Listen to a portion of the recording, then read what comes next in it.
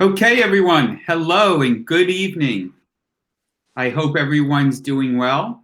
My name is Mathew Murphy, and welcome to the first and hopefully not last of the installment called Talking Mental Health. I am the proud superintendent of the Ramsey Public Schools, and I would like to introduce my co-host and good friend, Michael Tozzoli. Really nice to see you tonight, Matthew. Thank you for having me. Appreciate it very much. Just a word about West Bergen, if I could. West Bergen Mental Health Care is a community mental health center proudly located in Ramsey on the corner of Cherry Lane and Main. Offices as well in Mahwah and Ridgewood. We are about 275 staff. We touch about 3,500 lives a year in all kinds of various ways.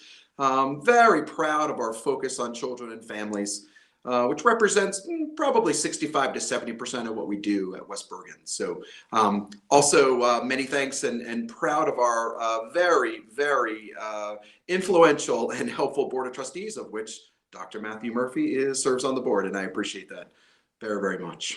Well, thank you very much, and I am privileged to be serving on the West Bergen board.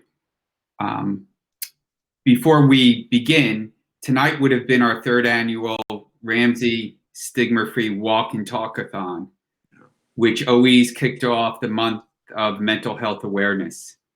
And I'm really proud of the progress we've made as a community in Ramsey, trying to break down the stigma when it comes to mental health. And West Bergen and Michael have been good friends to us.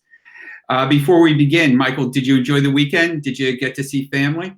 Did indeed. Got to see family, spend some time with them, and even took a little bit of a ride just to sort of change the scene up a little bit, a little Bear Mountain ride.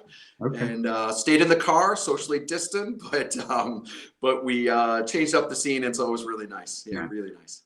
We went camping, and in the 24 hours of camping, I experienced, I think, this roller coaster of emotion that I've been feeling, which is, it was beautiful weather. Then it started to get ominous, and then it was a blizzard upstate New York, and it was this wind. It was then surreal that it was inches of snow, and then there was sun at the end the next day on Mother's Day. So that's kind of the roller coaster that I'm feeling as a dad, as a husband, and as a superintendent, trying to shepherd everyone through all of this. So I thought, I turned to Megan and said, wow, this is really how I'm feeling. The last 24 hours, this weather sums it up. I hope no one planted anything either, because the frost probably did the plantings in. Tonight we're going to have a presentation from Michael, who will be talking about tips and tricks and strategies of how to deal with this pandemic. And then we're going to open it up for questions. You can email me the question at mmurphy@ramsey.k12.nj.us, or you can text it to me at 929-430-7450. I put it up here in my, I'm also the engineer here in the home studios, in the Murphy home studios. So the text message and the emails there.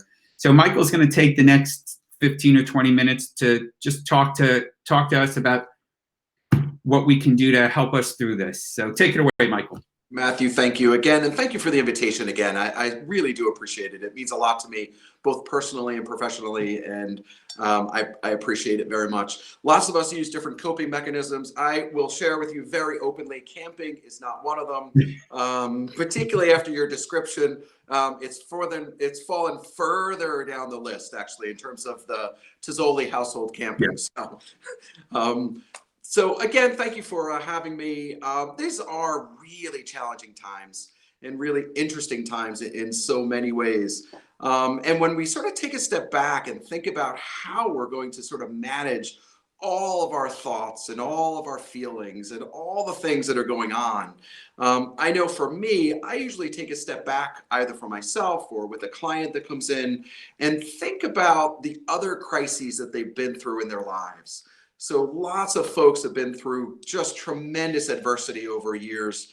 And if we all sort of reflect on that openly for a bit, we really have been through many things and have come through them largely unscathed and stronger, even having had some lessons, not unbruised, but certainly lessons. This is a little bit different, though. This crisis, this pandemic, is a little bit different because we have no reference point. So mom and dad or mom and mom, when you're sitting with your children and they're saying, what was it like when you went through the pandemic, when you were my age, you cannot reference that. There's nothing to go back to, nothing to reflect on and think about the strategies that you pulled from years ago when this happened. Brand new frontier for all of us. And so that makes it really hard. It also makes it hard because we don't have a sense of when it will end. We don't have a big X on the calendar. We don't have an ability to say to our kids or even to each other, okay, I can do this for another week. I can get through this. We don't really know what that's going to look like. We'd have no idea what the time frame is. Nor do we, in all honesty, know what it's exactly going to look like. I don't know when I'm going to be able to take my kid for ice cream again and sit in an ice cream parlor. I don't know when I'm going to be able to go over grandma's house again in that same way that we used to, or what that's going to look like. And so that puts us all in a really challenging time. But it does, though. It puts us in a time where we have to be intentional about our coping mechanisms, thoughtful about our coping mechanisms, and put probably a little more effort into planning them and thinking them than we typically would. This is not really the time where we can kind of go on autopilot and draw on all those previous experiences. So what I'm going to ask you to do tonight is actually fairly simple. And I'm going to reflect on 4 different things. They're all very easy. I'm not going to get into sort of deep theory or why we're suggesting them exactly, but know that if you can do 3 out of these 4 things in the next week, you're going to feel a little bit better and your stress level is going to come down a bit. So here we go. Number 1, back to basics. So sometimes when we're all in crisis and folks come in and they're really challenged, we think about really taking a step back and getting back to basics, meaning we're going to really focus on eating well. We're going to focus on sleeping as well as we can, although we know that's a challenge.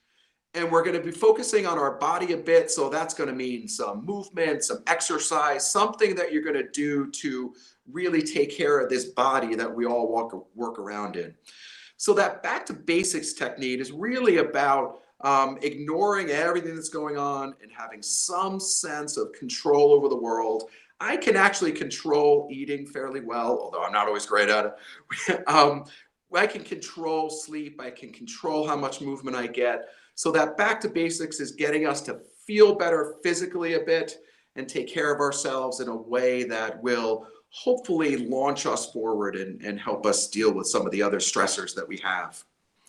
Tip number 2, structure and schedule.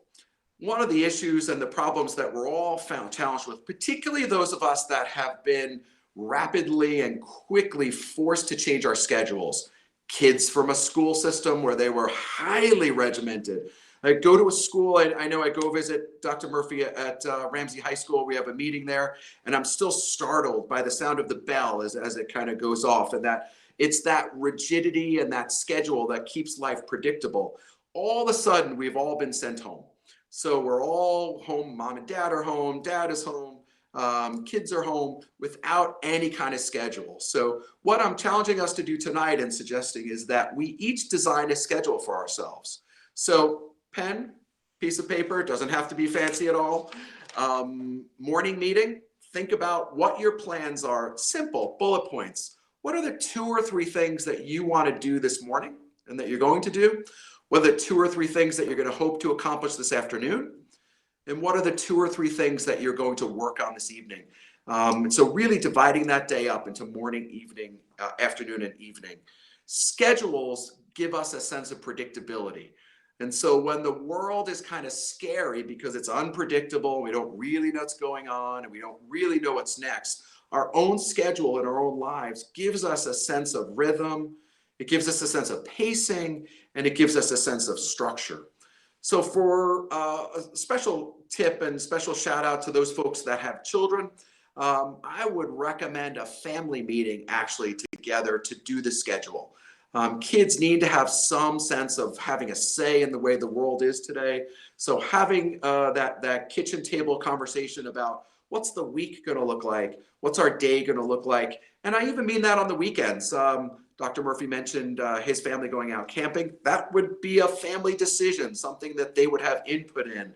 And I would be really encouraging families in particular to have children have some input into the schedule. Have them have some sense of experience of control, some sense of experience of having effort. So my desire and my need translates into something going on. So schedule, structure, that's tip number 2. Tip number 3, and this is a little bit of a hard one. It's one that I think intuitively makes sense, but I find that people have the hardest time with this. And this is limit your news intake. So it's a scary time. There's lots going on in the world. And so we find ourselves sometimes seeking information, and seeking information is incredibly helpful. It helps us, again, have that sense of structure and predictability. But understand that scary information coming in, either to your brain or to the household, results in certain chemicals being fired in your brain that actually can lend themselves to you feeling anxious, to you feeling a little agitated or a little off. The studies actually show us that over time, they're correlated with post-traumatic stress disorder and some of the things that we really want to avoid. So I'm going to really challenge us all to limit our news intake. Think about it. How much scary information can you take in and still feel okay? And sometimes we have a habit, particularly when we're home and there's just a few less people in the house. Sometimes we have that habit of having the news on in the background. So there's that news, because it is helpful. Sometimes it's voice and it's helpful to feel like there's folks in the house. But scary information over and over and over again actually has an effect on us, both physiologically and emotionally, that I'm really going to ask us to limit. So quick news check-in in the morning is fine, of course. A news check-in in the evening or late afternoon. In terms of that late night check-in, not a big fan of it in terms of news, particularly if you have challenges with sleeping. We wouldn't want you to have that news intake right before you go to sleep, because again, that adrenaline and those chemicals are firing. And now we're asking our body to take in this scary information. And then 10 minutes later, we're asking our body to shut down and sleep. And it just doesn't work that way. So big challenge, limit your news intake. Hold yourself accountable. You may need to share these tips with some folks in your house so that as you, Dr. Murphy, log on and watch news again in the evening, we need Mrs. Murphy to say, we're limiting this. We're changing the channel. We're putting on some music. We're going to watch a movie. Again, tying our tips together, we're going to go back to that schedule. So what is the evening going to look like?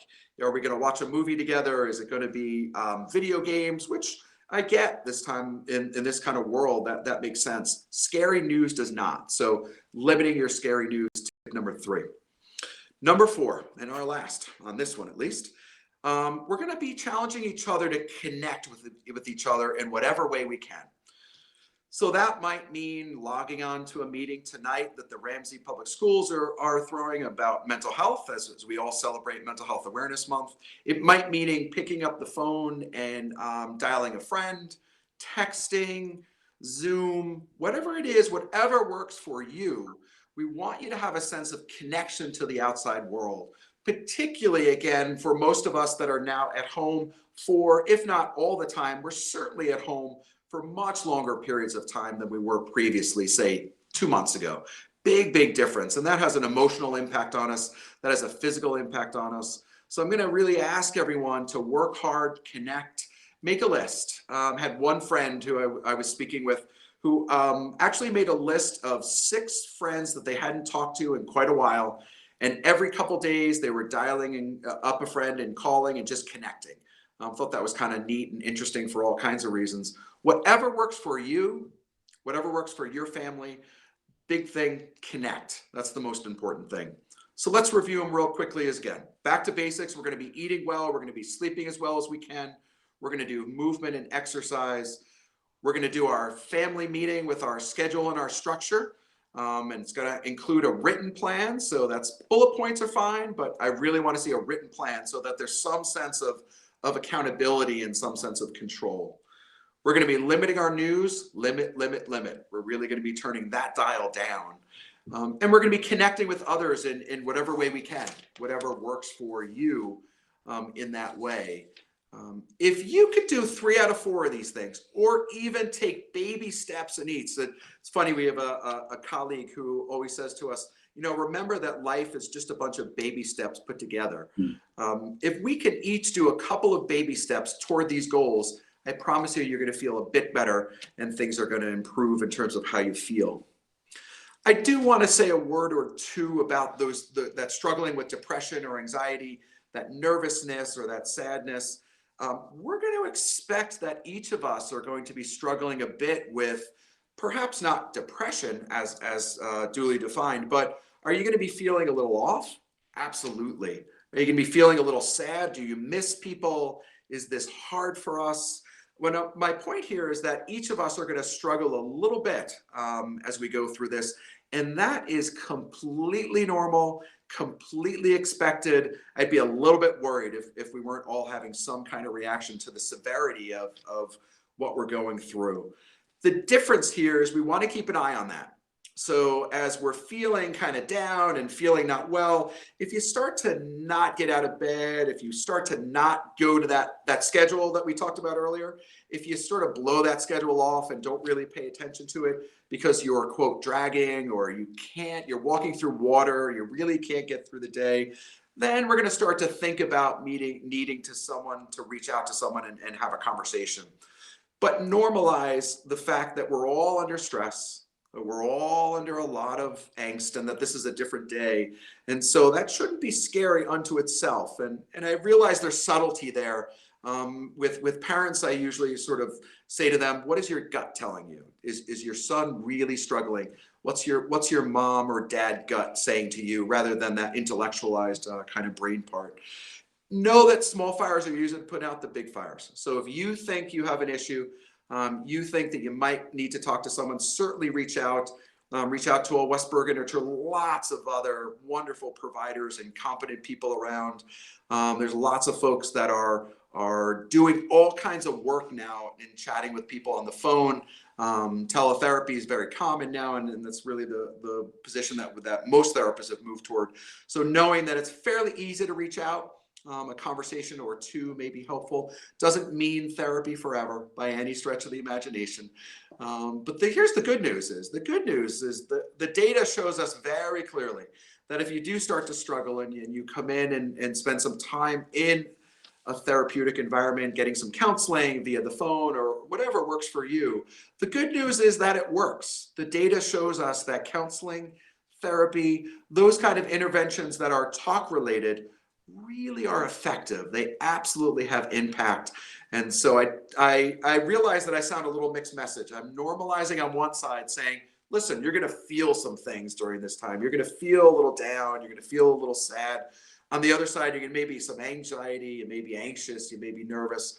But I think you need to know when to kind of clarify those two and when that line gets crossed about when you really need some help. And so I would encourage you to certainly reach out to the school system. They have some wonderful resources. Dr. Murphy and his Stigma-Free Committee, amazing work. And so there's lots of folks that are out there, and more, by the way, folks that are out there that are getting educated every day about mental health. So know that there's good news in the mental health community and that it really does work. So those are some thoughts for the evening, Matthew. Thank you, Michael. I appreciate that. And I always love listening because I'm writing down my notes, and like a good book that I reread or a good movie that I watch again, I take something in addition away from it from the previous conversations we've had. So I have lots of great notes, and I'm getting questions. So thank you. Excellent. Thank you. I was a little worried that I wasn't going to get questions. So again, feel free to text your question to 929-430-7450 or just give me an email.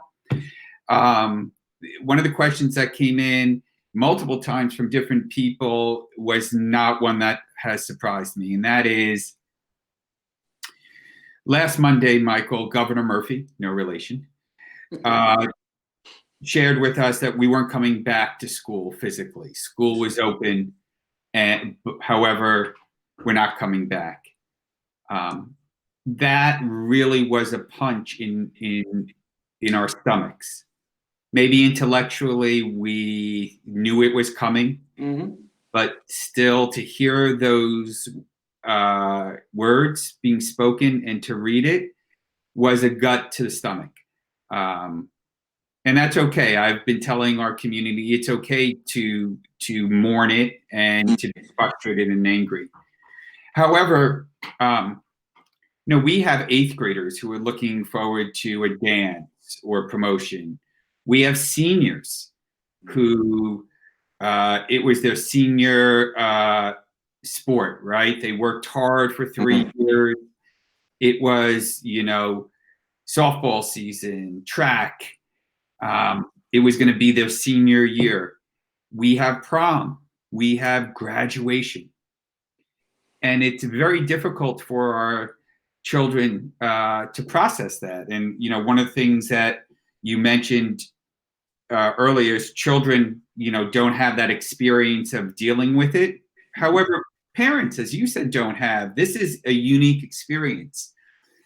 So it hasn't been a long time since Governor Murphy made his announcement. What suggestions do you have to our students who are watching, to our parents who are watching, and to our staff? Because our staff, as you know, Michael, you've gotten to know many of our staff members. These events were really exciting for us too, because there was a sense of pride to see these kids graduate, with their Ramsey diploma. What advice do you have to those 3 different set of stakeholders? Yeah, great question. All those things that you describe really remind us how important rituals are. And so what we may have kind of assumed was kind of autopilot. So of course we do a prom, and of course we do a final game, and of course we do all those things that were ritualistically important. I think we've all grown to fully understand the importance of those rituals and the importance of that process of coming together to celebrate and to say goodbye and to mourn and to transition in different ways. So the suggestion here is actually to think about the process of ritual. So to think about that process of pausing for a moment or an evening or an afternoon and doing something different. So doing something that acknowledges that this is not the same as yesterday, that today was to be the prom, that today was to be the award ceremony, that tonight was to be this or that, and actually do something different either as a family or as a community. Now, I know that lots of school systems, and I'm sure Ramsey is one of them, are doing some things online relative to awards and relative to graduations and some of the other really formal ceremonial type things. That in some ways is a little bit easier because we can do that via technology. We're certainly experiencing that tonight. We can do that in other ways. But what we're missing in that process is the connection with each other. So figuring out how we can connect. And so whether that means that we set up some multiple Zoom meetings with 4 and 5 and 6 kids together in an evening where we discuss, and mom and dad may need to be helpful with this, where they discuss what's gone on and what award was given and what the award means and what they did to get to it. Essentially saying, take the ritualistic part and somehow bring that to life in your own home and bring that to connected life through technology. So, and I know that all kinds of school districts all over are struggling with the same. I also know that the teachers are really struggling. It's been fascinating to see how important all these things are to teachers. It reminds me why teaching in some ways is truly a mission. I mean, in my mind, it's a profession that you're kind of called into. I don't know that you really have a choice, actually. You were going to become a teacher no matter what, because that was just sort of the direction and calling that you had. And to watch the kids celebrate in the way that they did through these things is really painful not to see, because you as the teachers put as much into it as anyone else. So to watch these kids graduate and go to award ceremonies and have final games, big investment on everyone's part. So whatever we can do together to acknowledge and ritualize, don't take it off the table. So let's acknowledge that June 5th, whatever the date is, was to be the prom. And so let's develop a plan around that. It may be 22 Zooms in different ways. And it may be that we're going to get dressed anyway. And we're going to ask mom at home or dad at home to create kind of a little bit of a special dinner. So that's a little bit different. And yep, absolutely, you're going to get eye rolling. I promise you're going to get eye rolling. But I also am asking and encouraging you to hang in there, because even with the eye rolling, the heart speaks. And so when we all come together and ritualize and acknowledge, I promise you that the teenagers, even if they don't sort of verbalize it in the way that you and I might, know that they're taking it in, know that our kids take in everything we send emotionally and otherwise. And so know that that's important to do. So ritual as best we can through technology, and connect would be my suggestions on that one. That's great. And to all the parents out there in Ramsey, we will do that for the end of the year ceremonies. We have almost 2 more months, to figure this out. So know that Dr. Thumb and Mr. Harry and Dr. Dinning and so forth are working exactly on these types of rituals. And I promise you, we're going to do some exciting things. Another question I have for you, Mr. Tozzoli, is what are some strategies for those families that have suffered a loss due to COVID-19 but can't get together? I think I shared with you, Michael, I lost my aunt early on in this. And my aunt was in her late 80s. And in Murphy language, we said, she saw the double feature of life. But what was interesting is my dad's reaction, because my dad's the only living sibling. And it's hard to see an 85-year-old Marine get choked up. And this was early on in COVID, if you remember. He couldn't say goodbye to his sister. Yeah. So, and that really played some, emotional stress. So what advice do you have to those family members who have lost but can't grieve in the way that we're used to grieving? You're right. We, particularly in the United States, we have a very prescribed and depending on sort of religious background and family of origin, we have fairly prescribed rituals that we do when we have a loss in our family. And so whether that means kind of the traditional viewing / wake at a funeral parlor, followed by a religious funeral service and a burial, or it means a quick burial and a shiva, whatever works for your family, it is very prescribed in our culture in terms of how we manage that.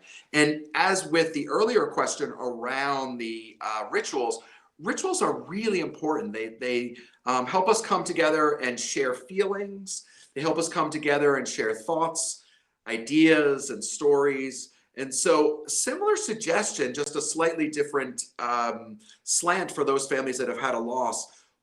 Create a ritual within the house around the death and around the loss.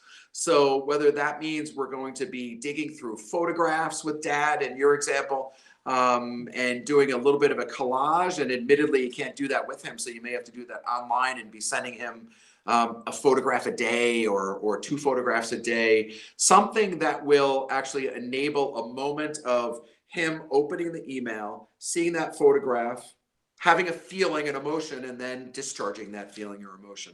Admittedly, we can't be together, but for those families that are at least in each other's homes, we can absolutely ritualize saying goodbye. So pictures, letters. I've had some families that have done a little bit of a funeral service right in the living room, meaning few moments of reflection. So dad speaks for a few minutes, and Uncle John speaks for a few minutes, and this may all be via Zoom, but at least we're together, we're experiencing similar feelings, and we're ritualizing best we can. Really hard, very, very hard. Ways around it, though, without question. Rituals, pictures, funeral service, remembrance, in a different way. So similar answer, Matthew. Actually, we have to change how we do it, but we have to do it. We have to do rituals, and we have to push ourselves forward in that way. Yeah, good point. Here's a question from a teacher. How do you approach a student, or anyone in that matter, who lost a parent or friend or family member due to COVID-19? And I think what she's also asking is similar to, how do you address someone who died by suicide? I know we talked about that. I think there is a stigma attached to someone with passing away from COVID-19. What suggestions do you have for that person? It really is. Great question, actually. And you're right that there's stigma attached to it. The most important thing you want to, as a teacher or a friend even, do is not to back up emotionally. So sometimes when we don't know what to do in a situation, we default by doing nothing. And so that sends a message quite unintentionally that you don't really know how to deal with your own feelings or the feelings of your student or your friend, and that you may have negative feelings about either a death by suicide or death by COVID or any other death. So I would, if I were that teacher or that friend, I would absolutely directly address it with that student. So first person language, I am really sorry to hear about your Aunt Jenny. It made me sad to hear that. That must have been really hard for you. It must have been really hard for your family. And then the question, how are you doing? How is it for you? What's it like for you? Let them talk, right? We're going to stick to that ratio of I used to have a supervisor that would say, God gave you 2 ears and 1 mouth. We're going to stick to that ratio in life, So we're going to be doing a lot of listening as we answer those questions. And so as that student or that friend talks about Aunt Jenny, we're going to be listening. And then the follow-up question, how can I be helpful to you? What do you need from me in this moment? Do you need to be left alone a little bit? Do you need me to stop in and send you a text a day for the next week to see how you're doing? What would be most helpful to you? Most important thing is to deal with it and not go around it, but to deal with it face to face. Takes a little bit of our own emotional push, because these are hard things to talk about. These are hard things to feel. And I might rather just not want to talk about it. But we as the adult, we as the mental health savvy Ramseyites, because of the Stigma-Free Committee, are going to push ourselves to have that conversation and connect really with that person. Again, remembering the question, how can I be helpful to you? How can I love that question. So we have a question from Texas. Wow. The Matthew and Michael Let's Talk Mental Health has made it to Texas. I love it. I don't know whether to be excited or scared. I don't know, but we've made it to Texas, Michael. We might have a second episode based on our ratings. No pressure, but it better be a big question from Texas. Well, that I don't know. Here, the following is a concern he has. Any thoughts on explaining to children and young adults the importance of continuing to follow safe guidelines, especially when they see others not social distancing or wearing masks? And they start to ask, why do I have to follow the rules? Excellent question. Excellent question. Because, and this is true with social distancing. This is true with some other rules and traditions that maybe your family follows that some folks out in the community do not, because they just have a different sense of different, either a different value system or a different way of going about it. I go back to a much earlier suggestion that I made, which was the one about schedule and structure. If we have that family meeting that we talked about, where we're sitting around the table in the morning or in the evening and planning out the next day, the reason you want to do that is because we have that, certainly that structure and that schedule and that predictability, but it also allows for conversation. And it allows for that dialogue, those moments where you can have that conversation with your young one about what you're seeing in the world and how you, again, mom or dad, you're going to be speaking very first person. That makes me upset too. I don't understand it. It bothers me as well. And sometimes I feel angry, or I feel sad, or I feel scared, and I don't know what to do with that. I just know that our family, we're going to do this. We are going to socially distance.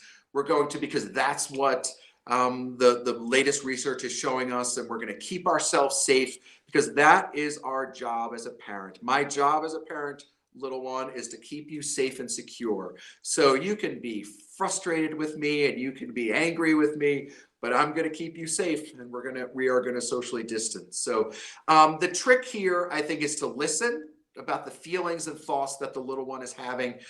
Very impressive, by the way, if they're able to verbalize that and talk about that. I love it. That's a future therapist in the making, by the way, just so you know. And using yourself as a role model. So that first person language, I totally get it. I feel frustrated too. I don't understand why they're doing that. Maybe they don't fully understand, or they're not watching themselves the way they should. But our family is going to. These are the rules that we're going to follow. That's great. Thank you. What tips and tricks are there to motivate yourself to begin with the back to basics strategy? So as I've joked before, when this is over, I'm going to weigh close to 400 pounds because, you mentioned back to basics. One can control eating, sleeping, and body movement. Mm-hmm. I circled eating, Michael, because there is not a carbohydrate that we've put Frito-Lay and Lay's potato chips out of business. People stock up on toilet paper, not the Murphys. We stock up on carbs. Love it. What can we do to get motivated? And if we're struggling to get going? Yeah, really fair question. And so two things immediately come to mind. First, remember our comment earlier about baby steps. So we're not looking to go on to the full-blown Weight Watchers portfolio for the day. We're looking for baby steps. So could you, Murphy family, make some healthy decisions at lunch today? So I can ignore the omelets in the morning and with the bacon and the toast. I can ignore the takeout Burger King in the evening. But what can we do tomorrow at lunchtime to make a healthy choice in terms of a salad or whatever that means to you and your family, so that we take a step forward in terms of our back to basics. We then reinforce ourselves. So at the end of that lunch, we're going to be, wow, this feels good. I feel good that I made this decision. I feel good that I reeled myself in and really worked on that. Second suggestion would be that you build in some type of accountability. So if you on your own are not able to motivate yourself, you on your own are not able to pull yourself out of that lane that you want to be in and perhaps move to the middle lane. So maybe that means, and again, it goes to one of our other goals, which is socially connecting. So does this mean that you have a chat with a friend at night to plan your eating for the next day? Does this mean that your friend checks in with you twice during the day following to say, how are you doing? How'd that lunch go, Murphys? Did we stick to the salads? Did we stick to the chicken? Did we stick to the low carb world, or did we, end up at Wendy's again? The fireplace just reopened today, Michael. That's not good for me. It did. Right around the corner from the Murphys. Well, I'm happy for the family, but I mean that family that they're getting revenue. I'm ashamed, but I was a little happy they were closed because we love our fireplace. So it sounds like Dr. Murphy needs outside accountability. So I am going to challenge everyone, including the people in Texas, by the way, to be checking in tomorrow with Dr. Murphy. And by the end of the day, we're going to be asking him to post out on his social media what the food consumption was for the day and what baby steps. Now, I'm not looking for a whole thing, but I'm looking for you to go to the fireplace at dinner, but skip it at lunch and do something. Okay. Done deal. Switching gears a little bit, a couple of messages that I got from a bunch of teachers, so I'm going to morph it into one. But basically, how can we keep our students motivated? Mm. right? So one of the things, going back to Governor Murphy's decision to make the announcement about closing schools, Mm-hmm. really, we're only more or less 2 months into this. Yep. And I know you were saying in the beginning, we really don't know when the end is coming. Mm-hmm. The end of the pandemic, not the Mm-hmm. end of the world. But we still have seriously, a significant amount of time left. And our parents are doing an incredible job at home. Mm-hmm. They're not teachers, and the Mm-hmm. structure is off, and they're working and so forth. What can we do as a teacher and as a parent to keep our children motivated during this time? Mm-hmm. Yeah, great question. Great question. So, two things. One would be I'm always a big fan, of course, depending on the age. Although this works all the way down, by the way, well down into the grammar school. I would be interested in what the kids think about what they need to be motivated. So, what would work for them? The trick to this conversation, by the way, and this is the important part, is not to have this conversation when you're arguing over finishing the math work or when you're arguing over finishing the work. I would be more interested in the conversation about what would motivate you, Billy, when it's evening, homework is over, and maybe you're taking a walk with him, or you're taking a drive, or you're heading to the fireplace and you're talking while you're driving. It's that taking it out of the intentionality or that control mechanism where you two are disagreeing over finishing something. Don't have the conversation then. Make it a positive conversation and very, very reflective. What would you do? What do you think? What would be helpful to you? Again, going back to that first person. So opening up and being a little bit vulnerable as a parent. Here's what, when I struggle, here's what works for me.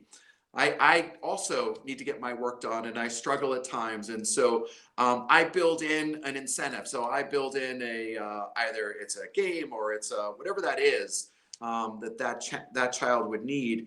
Think about what might build in incentives for them to reinforce that positive behavior and have those conversations so that we're building a team conversation. I would wonder whether some of those things that would help that come out of the child's mouth might make it into that morning meeting in terms of the schedule, so that if there are some things that came up, and there may be some things, by the way, that are a surprise to you, that you'd build into the evening schedule. It might be a walk, it might be a ride, it might be I want to ride my bike at night because I'm really not supposed to do that, and that could be really hard. So, all right, we can figure out a safe way for you to do that in a parking lot, perhaps. And so, if you can get your work done on Monday and Tuesday, let's put on the Wednesday schedule that we're going to go to the large parking lot at the closed office building and ride our bikes together, or whatever that is. Yeah, That's great.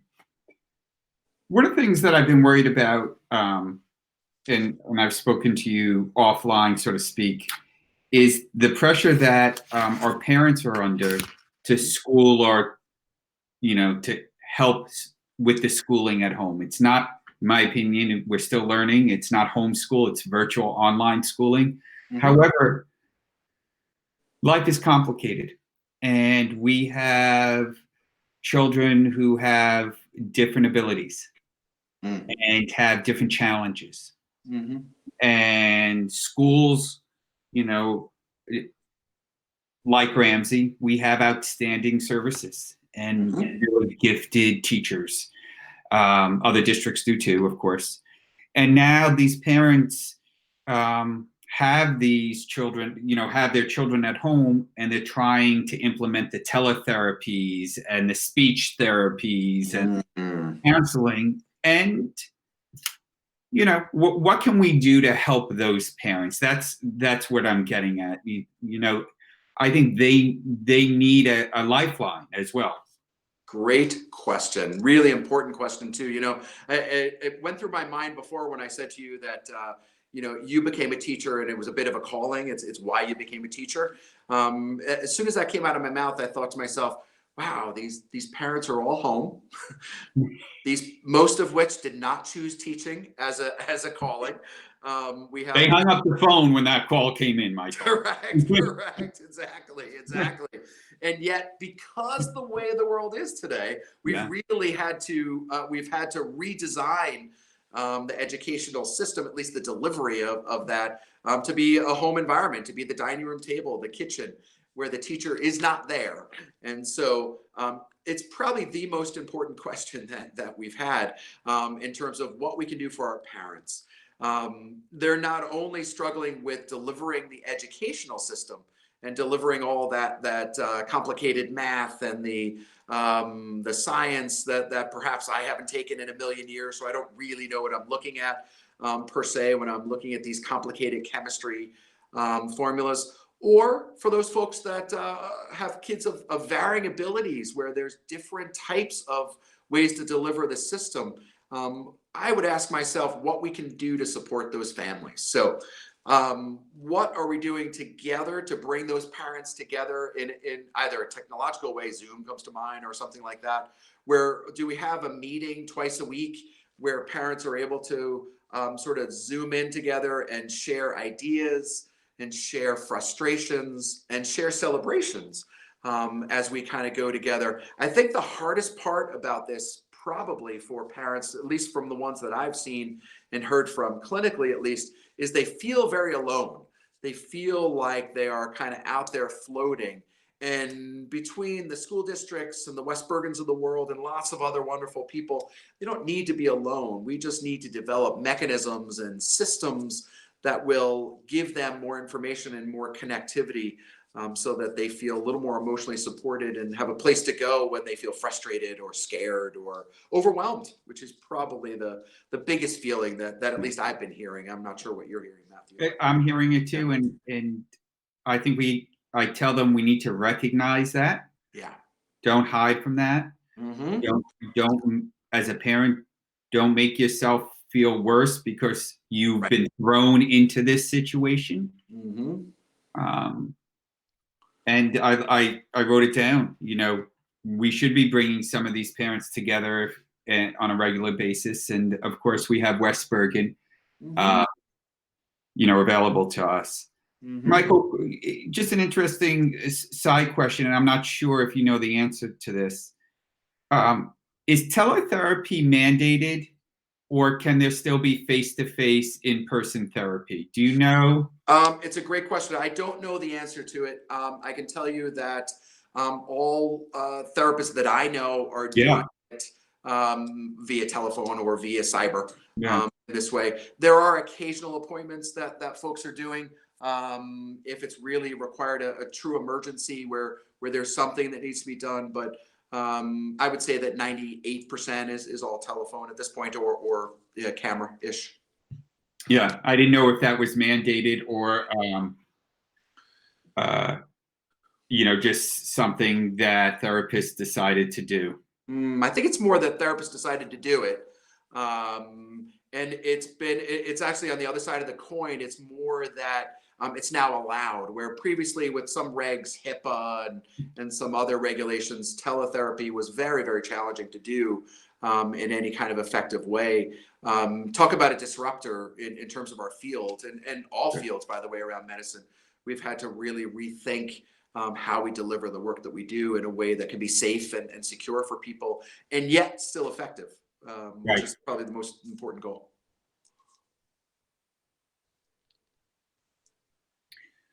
So here's something to the parents who are worried that their child won't be ready for the next year.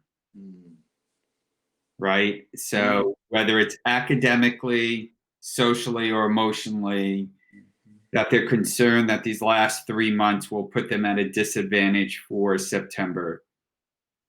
Do you have any advice to that parent, for that parent? I do, and I think the advice is twofold. One advice would be to the superintendent I'm looking at and the other superintendents that I know and love. What are we doing to think about September differently? So what's the message? How can we message as we go through the summer that which we can do over the summer to say, we're going to come back in September. I'm not exactly sure what it's going to look like yet, but know that we are all well aware that the last 3 months of school were not the usual. So we don't have that level of expectation that this September is going to be like last September. It's going to be different. It's going to feel different. Our expectations are going to be a little bit different. Our onboarding may be a little bit different. Our ramping up may be at a different pace.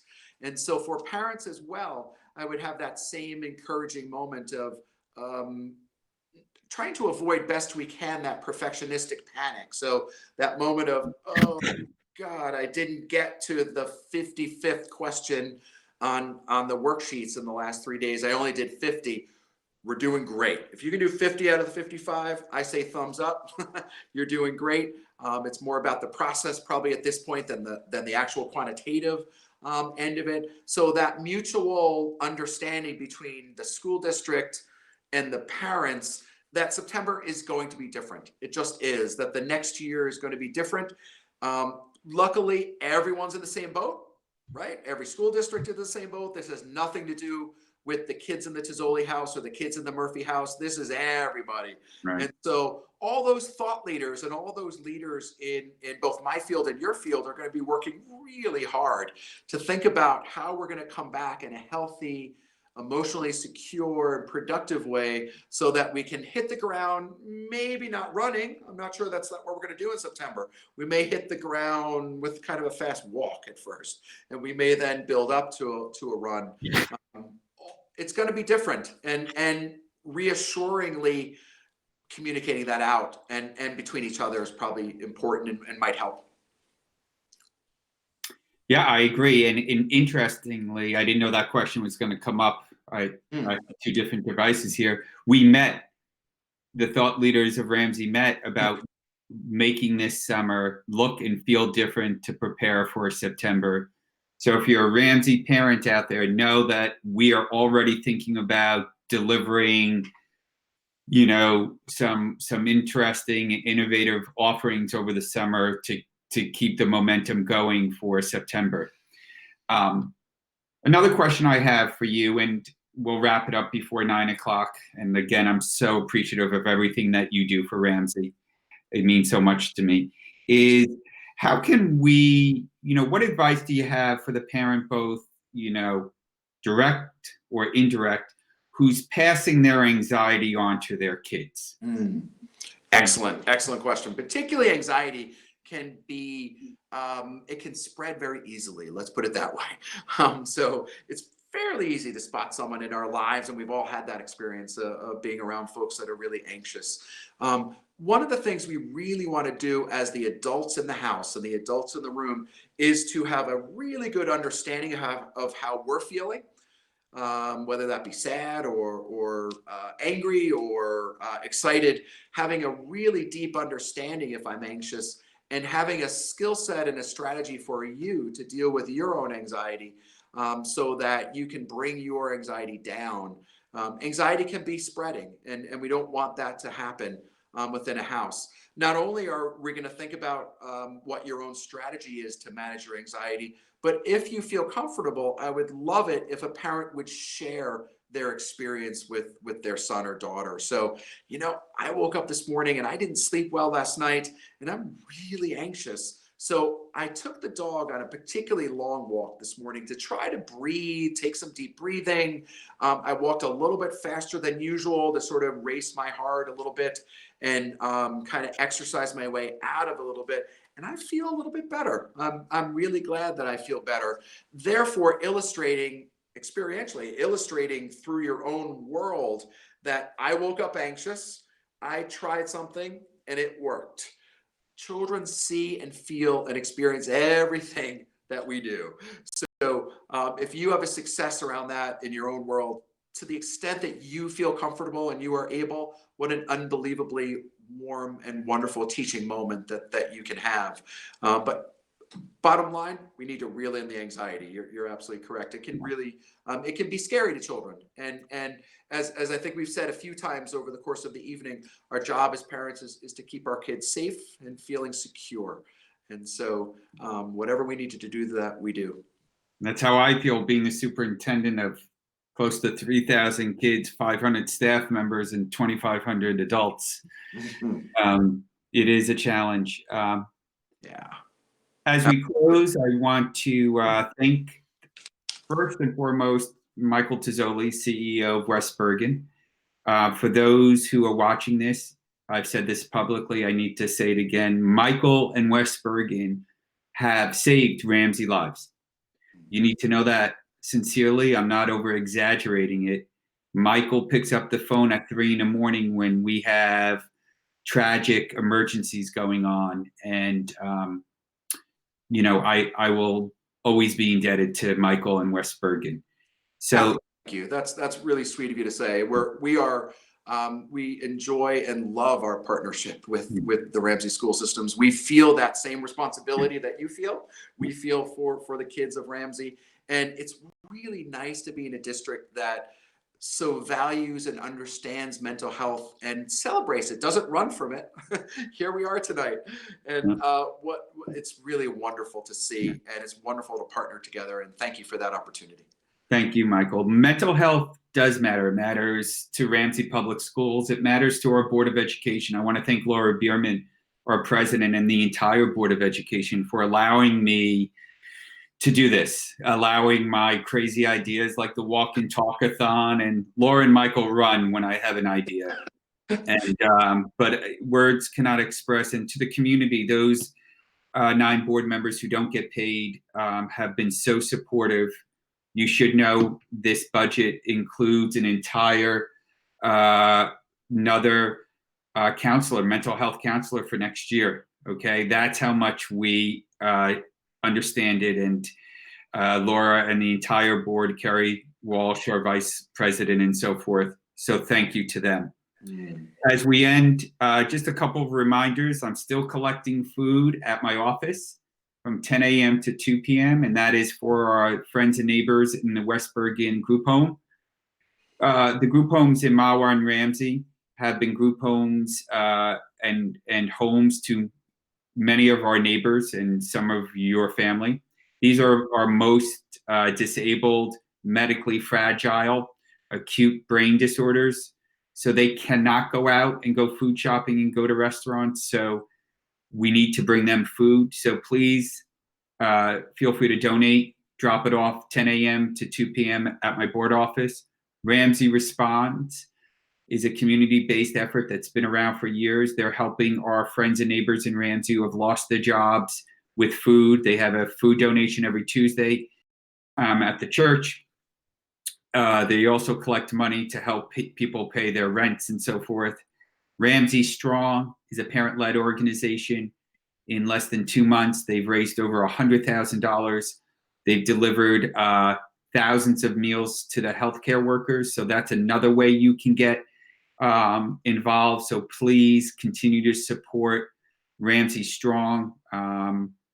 Over 70,000 of that 100,000 has gone directly back to the restaurants in Ramsey's, helping our community. Shout out to those parents who are doing that. That means so much to me. Mental health matters to me. I know it matters to Michael, matters to our community. We're not going away. I'm not going to stop talking about it as long as I'm your superintendent. So you have a couple of things, community members. You need to text me whether or not you want us to continue our YouTube talks. And if you do, what topics? And if I don't hear from you, it means you're not interested, and that's okay. Number 2, you got to tell me, do you like the beard? Or do you not like the beard? I know it was not meant to be a neck beard, but I'm interested in seeing how much gray really comes in. Okay, so this is my COVID-19 beard. So 2 things. Should we continue these conversations over YouTube? And do I keep the beard, or do I say goodbye to it? So as we end tonight, thank you so much for tuning in. Thank you, Michael. Thank you, Ramsey. Thank you, everybody. Thank you, Ramsey. Yeah. Call if you need help. West Bergen and Ramsey are here. May God bless the United States of America, and may God bless Ramsey and all of our neighbors. Have a great night, everyone.